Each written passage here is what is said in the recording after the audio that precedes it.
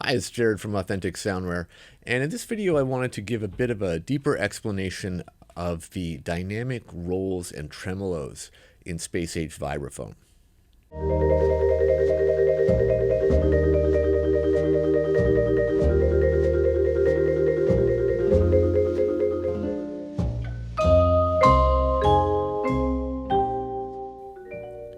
This feature was really motivated by my love for the awesome colors you can get, the sort of shimmering textures of four-note chords being played in a tremolo fashion that's often used in large studio orchestra arrangements from the 50s and 60s. So I wanted to try and find a way to make that possible and make it sound good and realistic. And so what we've done is twofold. The first key to it was doing our repetition samples, because if you get the library and you check it out, you'll hear that there's a big difference between repeating strokes on one bar that have been sampled the way we did it with repetitions, or versus just a clean hit every time. It's really a remarkable difference. So it sort of softens the consecutive hits and makes it far more realistic sounding. The other thing is that it's all dynamic. It's playing the notes live as you perform. So it gives you a lot of control, and that second feature of being able to control the rate and the dynamic level of all the strokes independently just gives it way more life. So let's go to the computer and take a look at how you would put something together using this feature.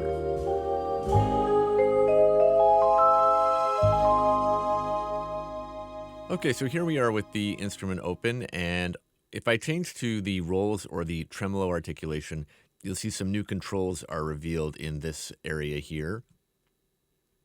These controls are going to be shared by the rolls and the tremolo, since the scripting is quite similar under the hood. There are four controls, and let's talk about these two first, dyne and rate. So dyne stands for dynamics. That's going to set how hard or loud each stroke in the tremolo is going to be played. The rate is going to change the timing between each subsequent stroke.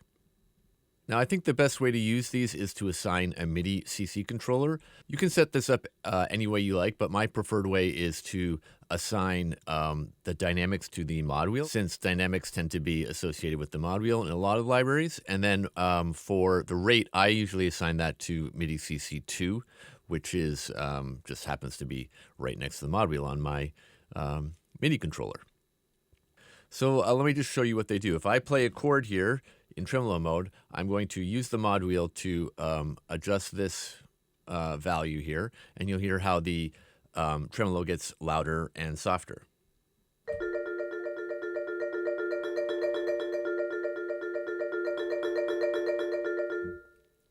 And then if I move CC2 or the rate, you'll see how the speed of the roll changes.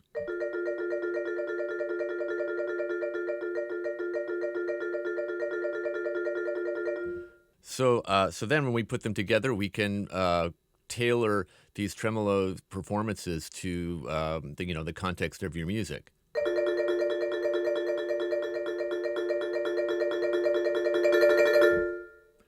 I've given you some room sort of beyond what is probably truly naturally possible on the speed rate up into to making it super fast, and also probably it goes a bit slower than someone would really do, but you have it there because sometimes your creativity might draw you to something like that.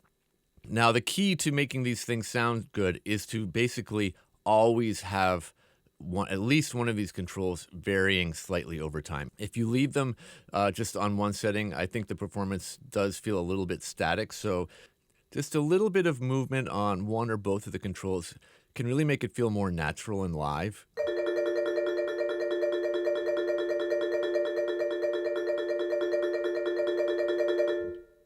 Now, there's another element to this. There's tempo sync. So if I click on the tempo sync button, you're going to see that this rate control is going to be replaced by a different control. It's a separate control that's been revealed, and that other one was hidden. But I like to assign this to MIDI CC2, so that I'm just always using the same control for the same purpose. And this is going to make the rate of those strokes be relative to your host sequencer tempo. So if I put this on eighth notes, we get eighth notes, triplets, sixteenths, and 16th note triplets. I could imagine people using two instances of the vibraphone with different settings to create things inspired by, Steve Reich or minimalist pulsing mallet-driven compositions.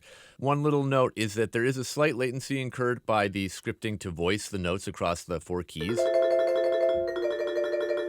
And that is about 30 milliseconds. So I recommend a 30 millisecond MIDI track offset if you really want this to be on the grid of your sequencer in tempo sync mode. I'm going to turn it off for now, and you'll see that it collapses and we go back to the standard rate knob there. Now, you're probably wondering about how these chords are being voiced. The first thing to know is that I've made rolls and tremolos separate because, and I'll show you more of the difference in a moment, but the rolls articulation was designed primarily for playing single note rolls where two mallets are playing on one bar on the vibraphone. In tremolo mode, while you can do that, it's really intended for creating an alternation between 2 to 4 notes where the mallets, like if it's a 2-note tremolo where the right hand is playing the upper note and the left hand is playing the lower note. So that rate of the roll is sort of being divided between the left hand and the right hand. And as you add notes, it's going to voice them over the mallet. So if I play one note, I'm going to pull my speed down because it's going to be really fast. Now, if I add a second note to that, you'll hear that the two are going to be divided.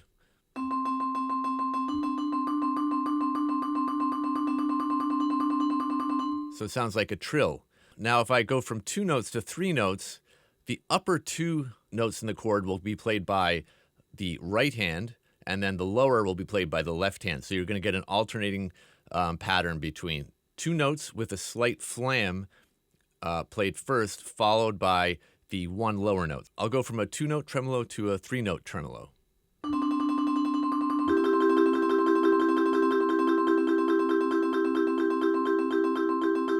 If I slow that down, you can hear that alternation in effect.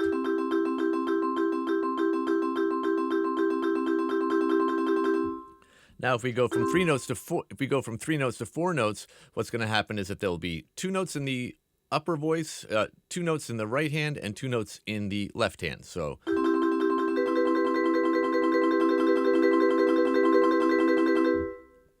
you can change the notes in the chord as you go. Every time that you play a new note, the script's going to see what you're holding down and update the tremolo. So if I go like this,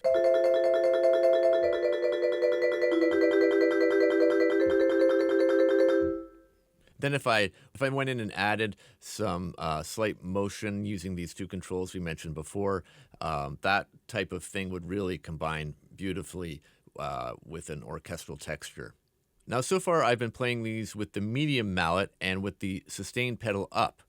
But if you put the sustain pedal down while you're playing, you're going to get a completely different sample set. Previously, with the sustain pedal up, we were hearing the short, sort of muted samples. If I put the sustain pedal down, we're going to get repetition samples that were recorded as sustains. So that same figure might sound like this.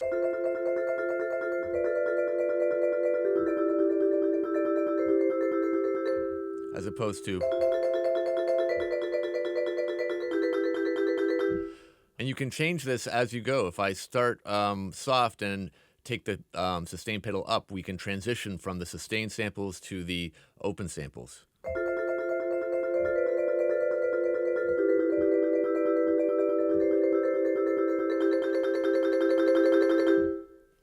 And then, of course, we have both of those sample sets for the soft mallets, too.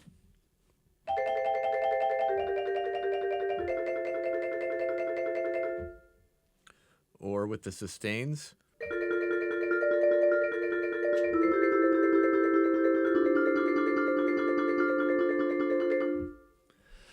I'm going going to switch back to the medium mallets now, I think.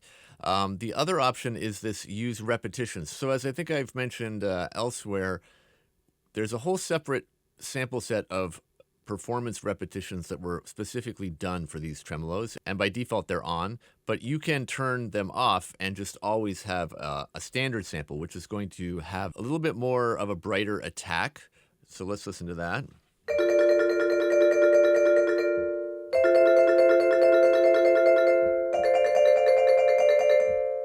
As compared to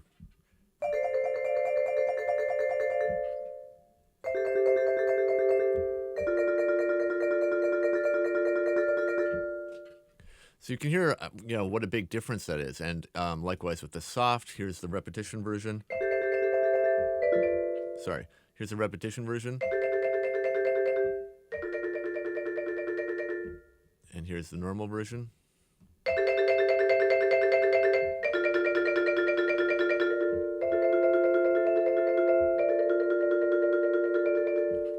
Now, I just did something there that I want to point out by accident. If you're like me and you're sort of a hack piano player, when I go from one chord to another, I've developed a muscle memory to slightly play the sustain pedal while I finger the next chord and then release that pedal. So the pedal sort of goes up and down just for a split second while I transition chords frequently. But with this mode, remember that the sustain pedal is actually setting your samples to either sustain samples or where the sustain pedal was up. It's not functioning like a normal sustain pedal, so you can sort of absentmindedly push it down thinking it's going to behave that way you're sort of so used to, and then unintentionally change the sample set in the middle of a performance and it kind of leaps out unnaturally. That's just something to be aware of when you're working with this. It may be better to just, go in and finesse your MIDI in your performance after you play if you want to connect transitions from one chord to another. So a couple other just fine points about this. Down on the bottom of the keyboard, there's a reset key here. This reset key basically completely resets the instrument. It resets the round robin position, the repetition tracking, the blur mode note counter thing, and it also resets the tremolo notes, and it kills any notes that are currently ringing out. So I think everything's been resolved, but in the beta version there was a slight problem with occasionally having hung notes in tremolo mode when you were playing it was something like if you press stop on the transport right exactly when you play a new note or something. It was hard to pin down. So if you ever get a hung note or it's voicing the wrong chords, you can just play that key and it'll sort of quickly initialize everything and you should be good to go. And then the other thing to know is that this instrument does have CC11 as a extra layer of volume control. So that's something to be aware of. I just wanted to quickly talk about the rolls. Like I said, they essentially behave exactly the same as the tremolo, but if you were to play multiple notes, they won't be voiced and it won't play them in an alternating fashion the way the tremolo mode works. So if I play a roll, it behaves the same way. I'm using the dynamics and rate to set the speed of the strokes and how loud they are. But if I play two notes, they're not going to alternate. You could offset them if you wanted, but it's kind of an unnatural and not realistic thing to do because they're intended to be just played with one note. They can also be tempo synced.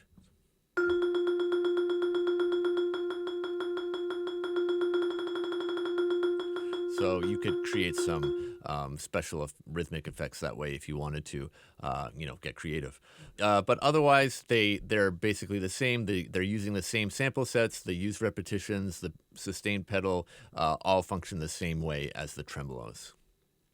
So that's the overview on how these things work. I think they're really fun to use. It can give you that sort of shimmering, I keep saying shimmering feeling, but that's really what it sounds like to me. It's just got that vibraphone magic. It's also really great on like a kitschy ending, maybe something like this. that was your last note. Anyway, I hope you have fun with it. This was really one of the things I wanted most out of this library, and I think it turned out great. I hope the video was helpful. If you have any questions, please just leave a comment or send me an email through the website. I'd be more than happy to answer any questions you have. Thanks again for watching. Bye.